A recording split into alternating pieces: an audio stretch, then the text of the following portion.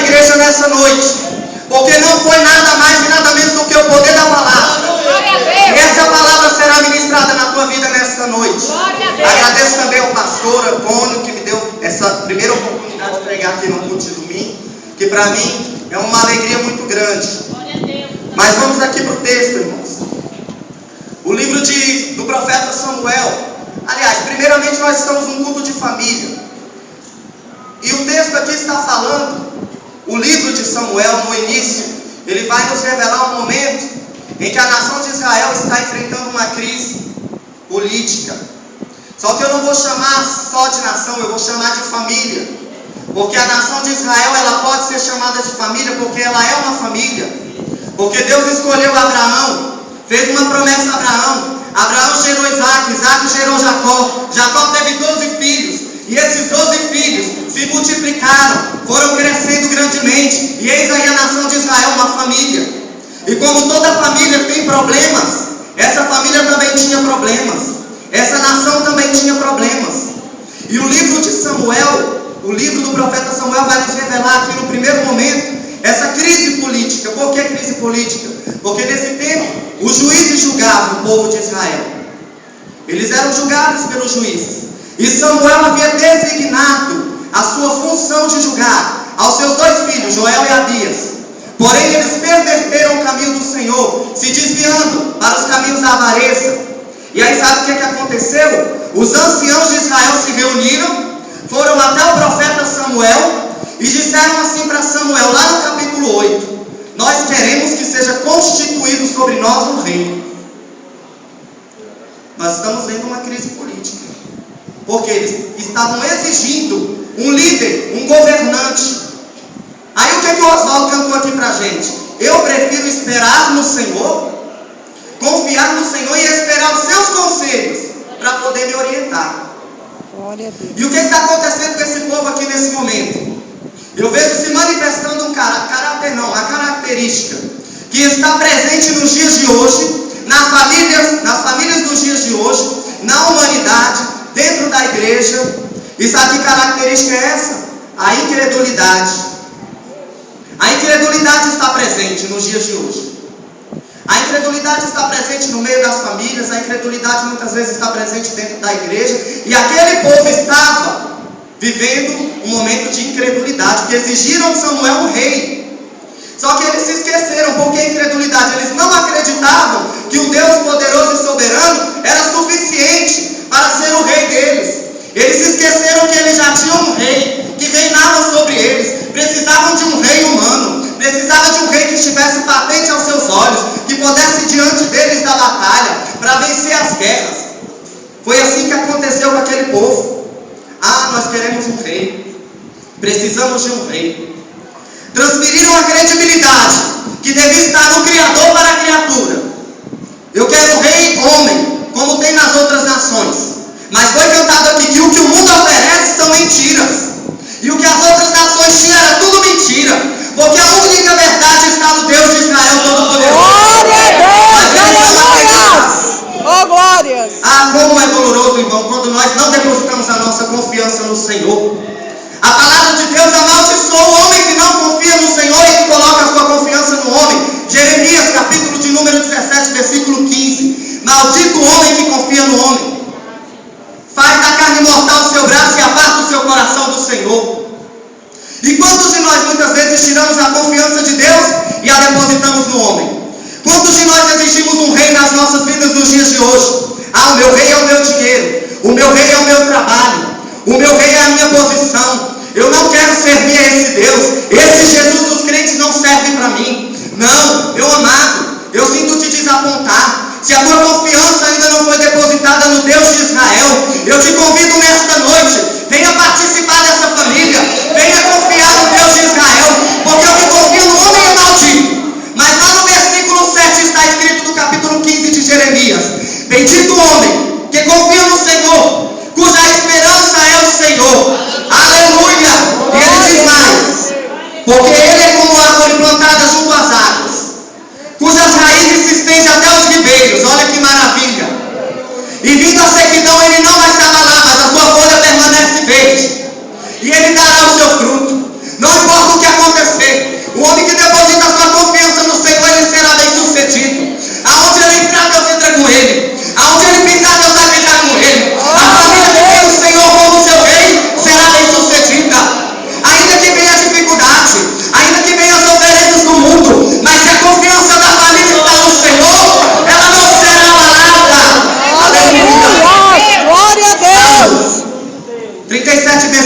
5.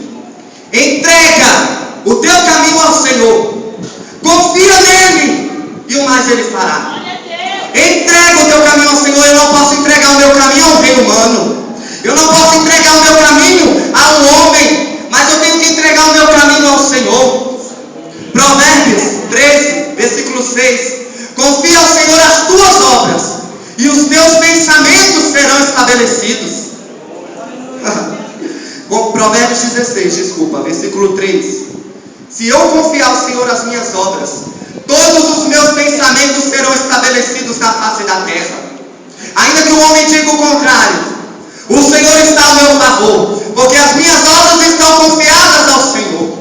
Por isso, nessa noite, meu amado, o Senhor trouxe essa palavra para nós. E Deus, como Ele é misericordioso, com toda essa atitude de incredulidade daquela nação naquele momento, Ele concede um rei. Capítulo 8 do livro de Samuel, nós vamos ver. Capítulo 10 do livro de 1 Samuel, nós vamos ver Saul sendo ungido a rei. Capítulo 11, Saul é proclamado rei. E lá no capítulo 10, quando ele é ungido a rei, ele vai receber algumas orientações do profeta, algumas direções para que ele pudesse governar aquela família, aquela nação. O povo não pediu um rei. Bom, Deus deu um rei para eles. E agora o profeta, o homem de Deus, a autoridade instituída por Deus, vai dar algumas orientações. Aqui me chama a atenção. Aqui está lá no versículo 8, no capítulo 10, que diz assim. Versículo 8, capítulo 10 do livro de 1 Samuel. Tu, porém, descerás adiante de mim a Gilgal. Samuel falando a Saul. E eis que eu descerei a ti. Eu vou me encontrar contigo, Saul. Tu vai na frente e eu vou descer depois de ti. Para quê? Para sacrificar holocaustos ao Senhor. E para apresentar as ofertas pacíficas. Olha uma observação aqui. Samuel disse: 7 dias esperarás, Saul, até que eu venha ter contigo e te declare o que tu vai fazer. Aí nós vamos ver no capítulo de número 15, 13, quando Saul foi ungido a rei, o primeiro ato explícito da desobediência de Saul. Por quê? Havia uma guerra entre os filisteus e os israelitas. E Saul se preparou para aquela guerra, para aquela batalha. E quando ele se preparou para aquela batalha, armou todo o seu exército, ele sacrificou ao Senhor. Ele não esperou, ou melhor dizendo, passaram-se os 7 dias que o profeta tinha falado. Só que ele muito afoito, a opressão era tão grande, o temor era tão grande da nação, que o povo se escondia nas cavernas, se escondia nas cisternas, se escondia nos vales. Aonde tinha um buraco, os israelitas estavam se escondendo com medo dos filisteus. E Saul lá em Gilgal esperando o profeta. Passou 1, 2, 3, 4, 5, 6, 7 dias. O profeta não chegou. Traz o holocausto, traz o sacrifício. Eu vou oferecer o holocausto. E Saul ofereceu o holocausto. Sabe o que ele fez? Não obedeceu à instrução dada pelo homem de Deus. Eis aí a segunda coisa importante para que uma família seja bem sucedida na presença do Senhor. Está debaixo de uma autoridade eclesiástica. Está debaixo de uma autoridade instituída por Deus. E basta estar debaixo da autoridade? Não. Tem que obedecer. Obedecer, porque o líder instituído por Deus, ele vai te dizer o caminho que você deve seguir. O líder instituído por Deus, ele vai te declarar o que você deve fazer. Ele vai me mostrar o que eu devo fazer. Mas a partir do momento que eu desobedeço uma autoridade instituída por Deus, eu vou sofrer reprovações. Saul sofreu reprovação por parte do profeta Samuel. Samuel rejeitou Saul porque ele tinha desobedecido. Lá no capítulo 15, Deus se lembra que Amaleque havia se oposto ao caminho dos israelitas quando eles saíam da terra do Egito. Deus se lembrou que Amaleque tinha se colocado no meio do caminho, não tinha deixado eles passar. E Deus falou: agora, Samuel, tu vai lá no rei Saul e vai dizer para ele novamente o que ele tem que fazer. Samuel foi e declarou a Saul lá no capítulo 15: você vai descer e vai exterminar os amalequitas. Tu vai exterminar com tudo, porque Deus se lembrou do que ele fez quando o povo saiu do Egito. E aí tu vai exterminar as mulheres, tu vai exterminar as crianças, nem os bois, nem os jumentos tu vai poupar, Saul. Saul se preparou, se aparamentou, arrumou seu exército e desceu em direção aos amalequitas. Mas diz a palavra do Senhor que Saul tombou o rei Agag. Logo o rei dos amalequitas, Saul não exterminou. E aí quando o líder, que era Saul, não exterminou o rei, o povo começou a despojar o que tinha de melhor no arraial dos amalequitas. Olha a importância de nós, como pais, como mães de família, estarmos debaixo de uma autoridade e obedecer essa autoridade. Porque se eu que sou pai, se eu que sou líder de família, ou seja, líder de uma denominação, seja qual for a sua liderança, se eu não estou obedecendo, e se eu tenho uma atitude de desobediência, os meus liderados também irão desobedecer. Quando Saul tomou e poupou a vida de Agag, os israelitas, os guerreiros, também se acharam no direito de despojar o que tinha de melhor. E Samuel foi ao encontro de Saul. E Saul foi todo animado para Samuel e falou: olha, eu fiz o que o Senhor mandou fazer. Eu acabei com os amalequitas. Aí Saul perguntou: e que balido é esse que eu escuto das ovelhas no meu ouvido? E que mugido é esse que eu estou escutando? Aí Saul falou: o povo despojou o que tinha de melhor. Tudo que era desprezível eu destruí, mas o que tinha de melhor o povo pegou e eu poupei Agag. Aí, olha aqui, irmão, como é importante a gente obedecer a palavra de Deus. Aqui é o segundo ato explícito de desobediência do rei Saul. Ele não executou as palavras do Senhor, e por isso Deus o rejeitou. Disse o Senhor a Samuel: porque Saul não executou as minhas palavras, eu hoje o tenho rejeitado como rei de Israel. É importante. Eu tenho que ouvir, eu tenho que aceitar essa palavra, eu tenho que aceitar esse reino de Deus na minha vida, eu tenho que obedecer à autoridade que Ele instituiu sobre mim, e eu tenho que executar as palavras do Senhor. Meu amado, se você ainda não está executando as palavras do Senhor, mais uma vez eu sinto te desapontar. A sua vida será de derrota, será de tristeza, será de perdas inestimáveis, porque Saul não teve uma perdinha qualquer não, uma perdazinha qualquer não. A perda de Saul foi o reino. A unção que Deus tinha dado sobre ele como rei, foi o que ele perdeu. E nós, quando não executamos a palavra do Senhor, vamos sofrer perdas inestimáveis. Nós, como líderes de família, precisamos executar a palavra do Senhor dentro do nosso lar. Nós, como ministros da palavra do Senhor, precisamos executar a palavra do Senhor dentro da nossa casa. De que maneira? Orando ao Senhor. De que maneira? Ensinando aos meus filhos. De que maneira? Vencendo as dificuldades, não murmurando, não falando contra. Olha, meu amado, seja qual for a dificuldade que você tem passado dentro da sua família, porque nesse momento essa família aqui, que era a nação de Israel, estava desvirtuada, estava desorganizada, estava ali pedindo o rei, tinha se esquecido do Senhor, que era o seu rei, depositou a confiança no homem. E quantas vezes eu, dentro da minha casa, da minha família, deixo de confiar no Senhor e vou tentar resolver a situação do meu filho, do meu marido, com o meu braço, com o meu poder. Mas o meu braço não pode nada, o meu poder não pode nada. Mas se eu dobrar os meus joelhos diante do Senhor, a vitória é certa na minha vida. Se eu permanecer na presença do Senhor, executando essa palavra, a vitória é certa na minha família. A minha casa será salva, a minha família será liberta, a minha nação servirá ao Senhor, porque eu estarei executando a palavra do Senhor. Glória a Deus. Foi rejeitado. Foi rejeitado pelo Senhor. Mas o Deus que tudo sabe, que tudo pode, que tudo vê, não desampara ninguém. E ainda que Saul tivesse sido rejeitado como rei, o Senhor já havia se provido de um outro rei. E diz a palavra, no capítulo 16, versículo 1, que o Senhor foi a Samuel e falou: Samuel, até quando tu vai ter pena de Saul? Enche um chifre de azeite e vem. Enche um chifre de azeite. Quando eu vejo Deus, oh aleluia, mandando o profeta encher o chifre de azeite, eu enxergo a providência de Deus. Quando eu vejo Deus mandando o profeta encher o chifre de azeite, eu vejo o cuidado de Deus. Quando eu vejo Deus mandando o profeta encher o chifre de azeite, eu vejo o restabelecimento de um reino. Quando eu vejo o profeta enchendo um chifre de azeite, eu vejo Deus indo ao encontro de um homem que está no anonimato, que está no esquecimento, e Deus está olhando para ele.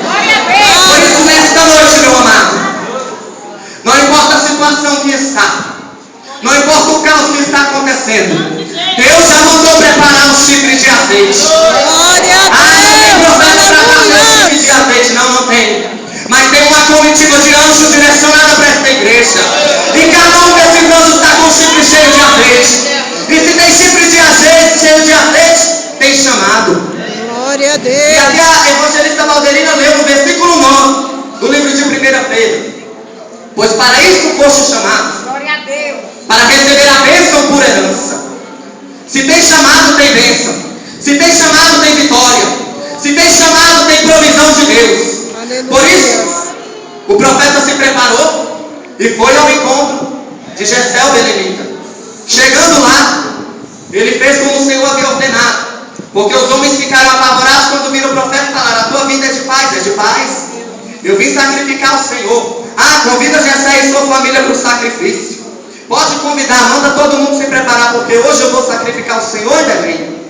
E o profeta se prepara para sacrificar o Senhor. E eu imagino que Jessé, juntamente com seus filhos, organiza os seus filhos, prepara os seus filhos e fala: o profeta mandou convidar a gente.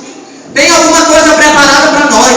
Algum de vocês vai receber um presente. Eu imagino que cada um daqueles filhos se prepararam. Talvez prepararam a sua melhor roupa. Talvez se organizaram com a melhor aparência para se apresentar ao profeta. Mas tinha um que estava lá do lado de fora.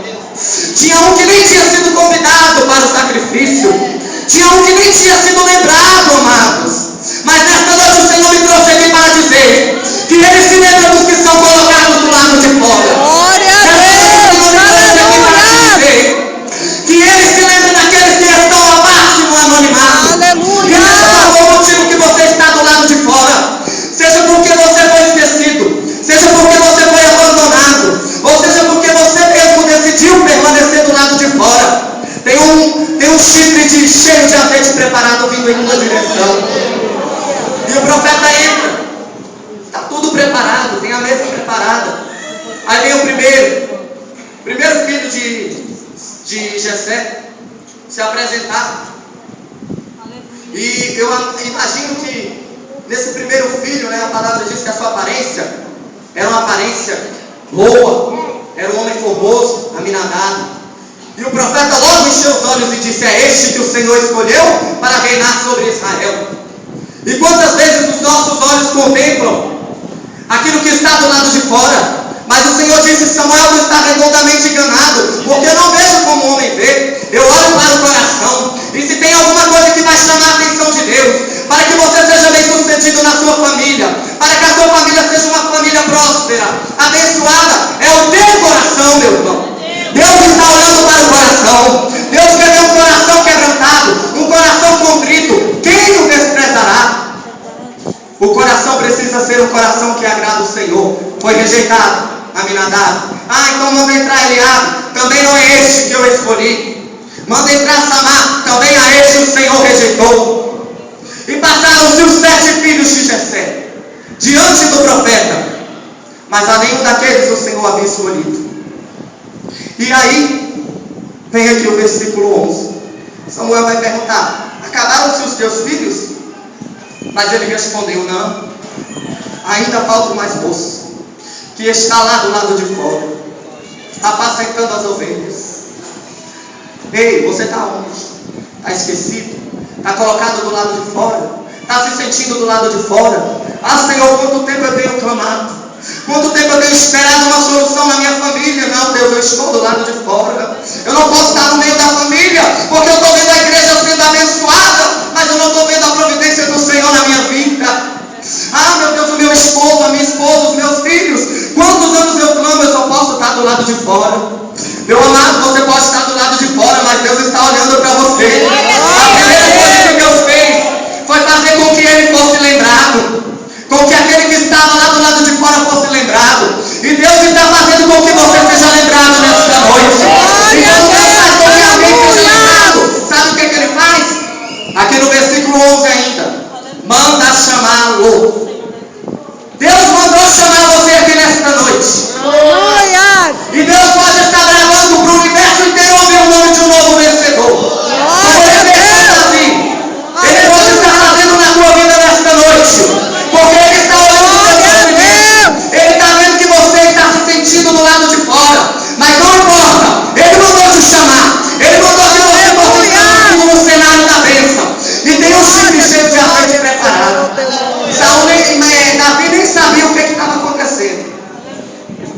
mandaram chamar Davi. E Davi vem em direção. Aí, eu acho interessante que o profeta ele é bem ousado. Ele fala assim: olha, você vai mandar chamar Davi, porque nós não vamos nos assentar à mesa sem que ele esteja aqui. Não vai ter sacrifício, não vai ter festa, não vai ter acontecimento extraordinário se você não estiver sentado à mesa. Deus está dizendo nesta noite: o teu lugar na mesa está separado. Não vai acontecer nada enquanto você não sentar lá.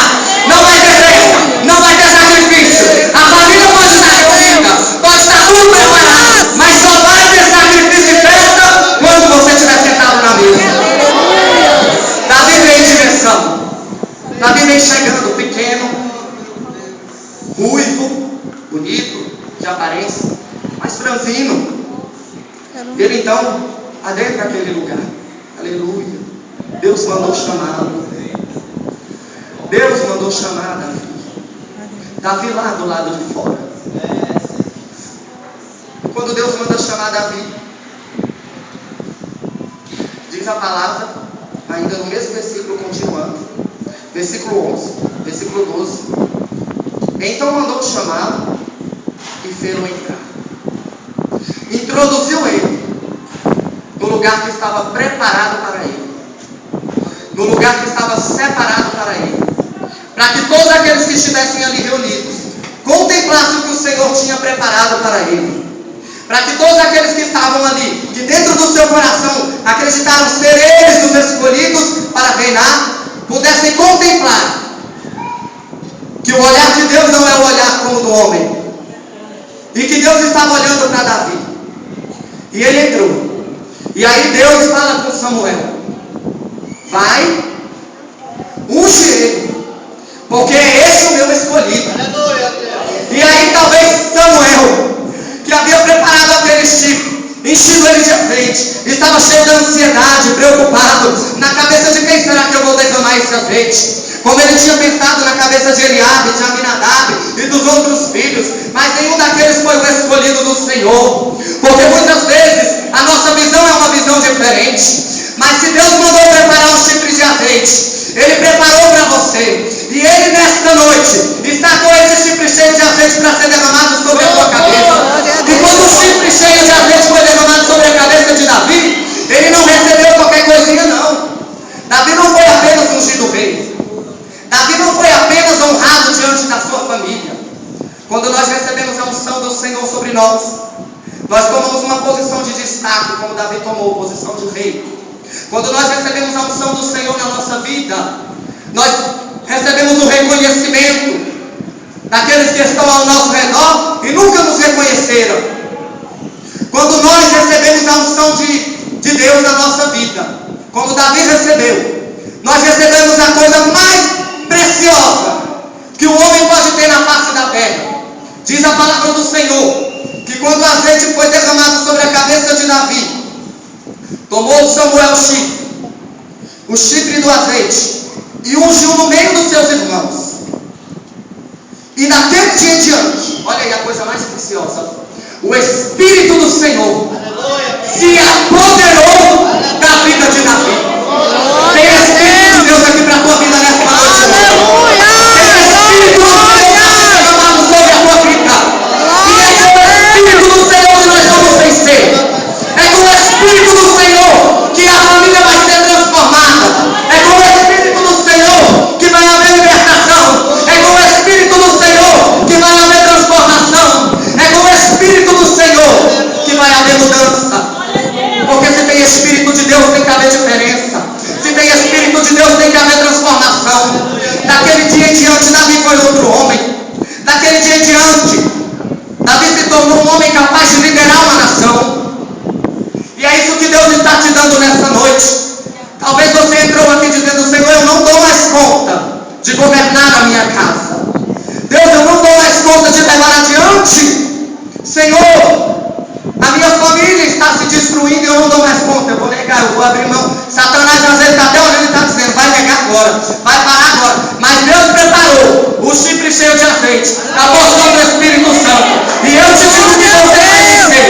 Eu te digo que você vai continuar. Eu te digo que o inferno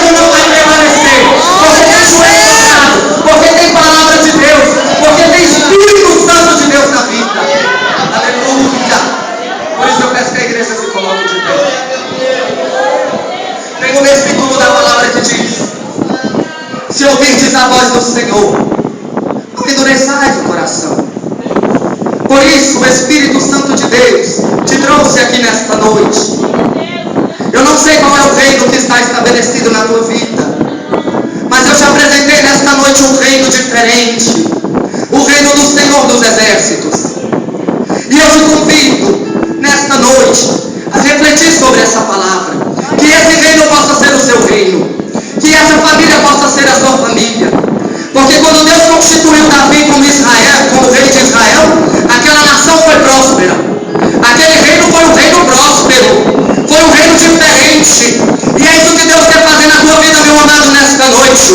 Ele quer fazer da tua vida um reinado. Ele quer fazer da tua família um império. Ele quer fazer da tua vida uma vida diferente. Aleluia. Deus paramos. Quantos podem dizer glória ao Pai? Glória ao Pai. Glória ao Filho? Glória ao Filho. Glória ao Espírito Santo de Deus. Glória ao Espírito Santo de Deus. Sem perder a